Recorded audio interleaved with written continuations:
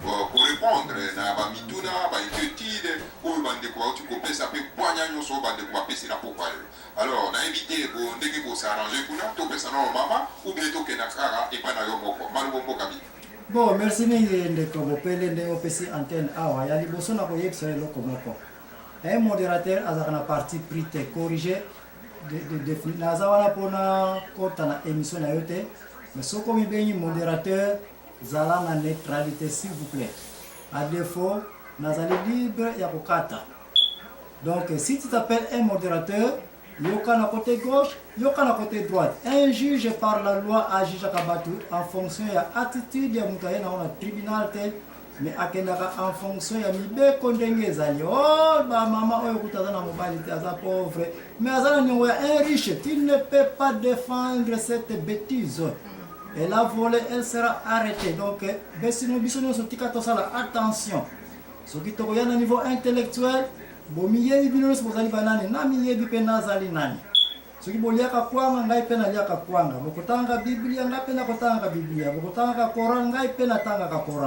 donc, rappel, attention à modérateur, présenter esprit de neutralité. Ensuite, attention au modérateur pe nazali awa na parti na ba émission ebele na landaka pe ba grand journaliste na monde. Tangu mutu alobi likambo, foko yo bat bazali combien bazali kokende contre nani. Eza malamu ya kotala ballon comment eza ko denda. Ballon ce que denda mabele ke kaka directement na likolo dans le vide. Oza ko bomata ya batu ko continuer ko la ballon et kita na mabele. Donc quand un certain sasa qui parle, asili si pesa na répondre face à face. Tika nzoko abunda na nzoko. Eko ngotala koma nzoko ko panza pe banzoko mike nazali prêt à kosala ya tous ces canetons seront aussi chassés pour ceux qui ngana moni place na kokokela bango. Donc kozana na parti prité. Pour la introduction na pesio. Mutu na ko répondre awa na banza za mutu asuka parce mémoire na meza est trop fraîche. Merci mingi na ndenge asili ko détailler ba idolâtrie a pesi d'explication idolâtrie très bien. Idolâtrie ya mom tezali ko sala ete nganga ko yiko lobana ko lia niei okay pe ko lia niei pourquoi parce que tu es un idolâtre.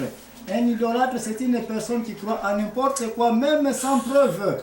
Wana déjà merci ndenga sili ko kota kuna et puis soulignons très bien que Israël bazala ki pena banzambe na bango ebele. Soulignons bien que Moyen-Orient et les cas qui na banzambe ko les cas banzambe à Congo parce que mutu azana boma il ne pouvait même pas savoir que Maïmatari ça c'est à quelques kilomètres parce que il n'y avait même pas une technologie ba pont ezala kana ko pété moyen kuto uta boma okata na kota matari ezala kite vous le savez très bien mais pour la information na bino yeba yango que tous ces babinzambi ya Congo ya Angola ya wapi ya Afrique il n'y avait aucune connexion entre eux pour ba yeba sinon que tina data lelo matari Lubumbashi ezana ngo kutu connecté. Pendant que ce qui est dans la Moka Mindele, il faut l'accepter. Matadi Kinshasa, Lubumbashi, c'est même pas loin. Bah, autoroute NDC, ça les manango. Et sinon, même que les Belges, bah, Mindele, bah, ils nous ont aidé à connecter Matadi Kinshasa. Bah, route, il a tellement ceux qui vont monter. Nettoyer, bah, comment atteindre là. Donc, na kase des gens de quoi suka auti koloba awa ko kumbisa ka bokoko na biso bokoko oyo azana papier moko wana ta ko prouver. L'esclavagisme a outil kolobela. Laisse-moi lui faire savoir que bato ya liboso ba itida esclavagisme bandana Israël l'esclavagisme existait. Na Congo pe ça existait. Tikato banana oya biso.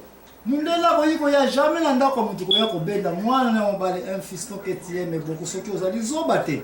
Buzoba ya liboso ba ko ba so basalaki na mo esclavagisme na za ko attaquer ndeko ya suka auta ekoloba. Bazala kina zamba akoke na bafore na bino na bitika na bino bayombe kuna akozwa bitika wa etela chango na pembeni abomba mina sima ya zamba azako za nani mutu ala kosa misapi na bitika wana na makemba wana tawa kosa misapi ana kangio komi mkole na ngai ayateki epa ya mundele est-ce que pas mundele kaka pour votre connaissance non. Tous ceux qui mbangou là, ce sont des fils d'esclaves. L'esclavagisme existait en Afrique avant pour tout koya mundele. Premier mot esclavagisme dans le monde des alliés noirs contre noirs. Les blancs n'ont jamais blagué avec leurs propres people. Jamais. Il y a un monde. Rarement on a écouté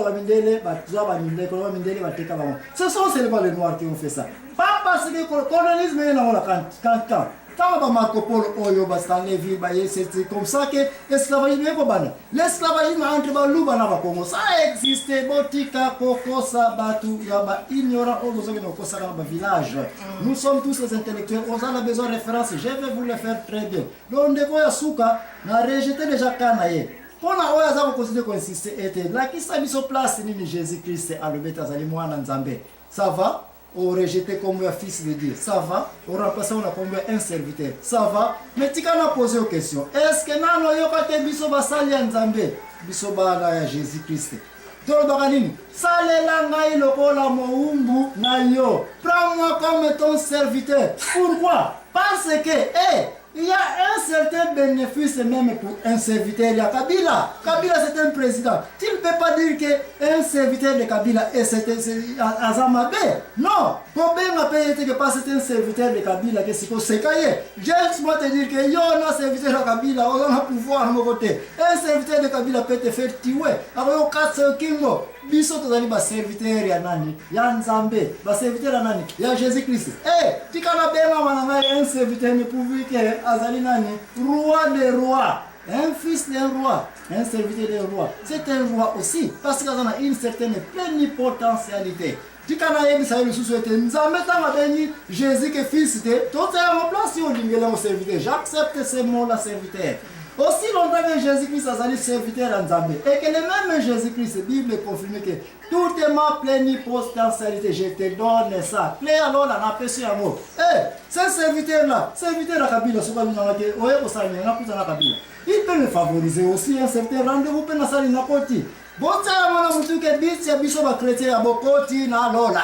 Soki bozo kansagete bitsa ba chrétien na mokilipo to kumisa ba poko na biso mfumu kimbamo. To kumisa ba mfili mukulu na biso. Boke na ba cimetière na bango, boke na ko fete kuna. Et bosi sa matanga na bino ba ntsamba na bino. Me biso ya biso to zela ka jour wana to kozoma wapi. Place to uta. Parce que pour une introduction pour na muto suka uti ko saba laka laisse-moi te dire ceci. Batu na mabele to zali na nzoto to zali pela nini? Na molimo. Molimo uta wapi? Nous sommes venus quelque part.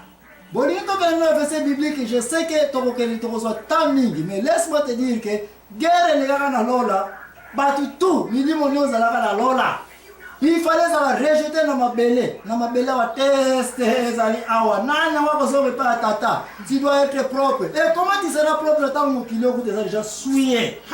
Babra bakweya, banani bakwe. Nana koko na bino, bosa na kutu na koko na bino. Il n'était même pas saint. Sinon que sainteté na ye, tu retrouver ma sur place na ezaleli. Et c'est pour vous dire que biso na belé, qui est saint? Personne. Nana mwana saint na Israël Jésus-Christ a lobby. Personne. Nana mwana yimta libosa ko bambali banga na mwasa na pité, ya bikobo. Personne. C'est pour vous dire que Elika ya biso ba santu côté oza ko kumba ngai modérateur. Il y a des choses.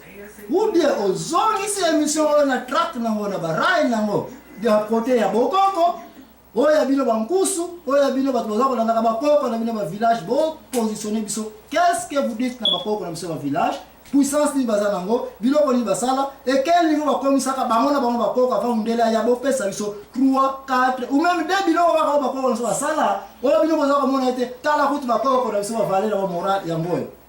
Pour Israël, quand on a répondre pour ton information, c'est que Israël est composé de 12 tribus kakate.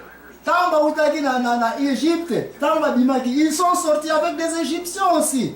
Et ces Égyptiens étaient plus puissants même que Bana Israël. Que je parle de qui? Manasana Ephraïm, Bazabana une africaine, Bazabauta in Afrique. Moïse et sa femme et ses enfants. Ce sont des Africaines. Koyala bamanzela nzela bakutana na guerre mususu ba état mususu ba ndimani wako koma nini par la société ya bana Israël. Je parle de Gabonite ici.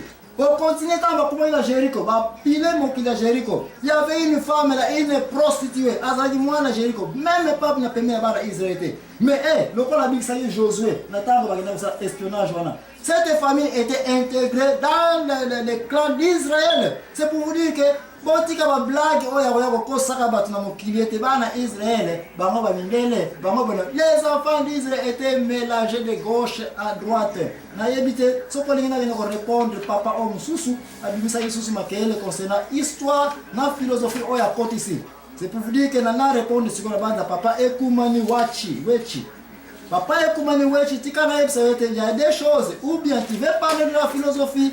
Alors, formola émission sur la philosophie comme ça. Nana yo toka niko pota na ba Arès na ba Socrate et puis na l'appelle livre Oyo Koma. Et puis, il y a une différence entre philosophie et religion. Pour toute l'information, une philosophie c'est une idée d'une personne. Et puis, Moutama a dit que forcer Batou, idée selon logique à outil Kosala. Et que Kosala était, oh, comment va la philosophe? Pas de preuves, pas des évidences.